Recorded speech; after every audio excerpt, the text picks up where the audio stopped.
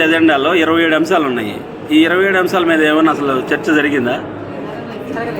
చర్చ దాకా ఎక్కడ ఉందండి. ఆయనతో ప్రమాణ స్వేది, ఆయనతో నాకు సభకి సమాపన చెప్పాలనేటువంటి విషయంతోనే అయిపోయింది. కానీ నేను వచ్చినాక కూర్చొని నేనేం మాట్లాడాను, ఏమంటే ఇన్ని పక్కన పెట్టండి, సమస్యలు ఏమున్నాయో వాటి మీద మాట్లాడదామని నేను చెప్తే 10 నిమిషాలు వాయిదా వేస్తానని చెప్పి 30 గంటకు వచ్చాడు. 30 గంటకు నేను ఆడే కూర్చొని ఉన్నా, మళ్ళీ వచ్చేసి వాయిదా వెళ్ళిపోయాడు. ఇప్పుడు చీరాల్లో రోడ్డు మార్జిన్లు ఆక్యుపై చేసి ఉన్నాయి. మున్సిపాలిటీ పరిధిలో కుందేరు ఆక్రమణకు గురైంది. ప్రజెంట్ రన్నింగ్ ఇష్యూ అది. ఇట్లాంటి విషయాల మీద కౌన్సిలర్లు చర్చ చేయకుండా వ్యక్తిగతమైన విషయాలలోకి వెళ్ళి ఒకళ్ళ మీద ఒకళ్ళు పరస్పర దోషణలు చేసుకుంటే ప్రజలు కౌన్సిల్ని ఎట్లా చూస్తారు?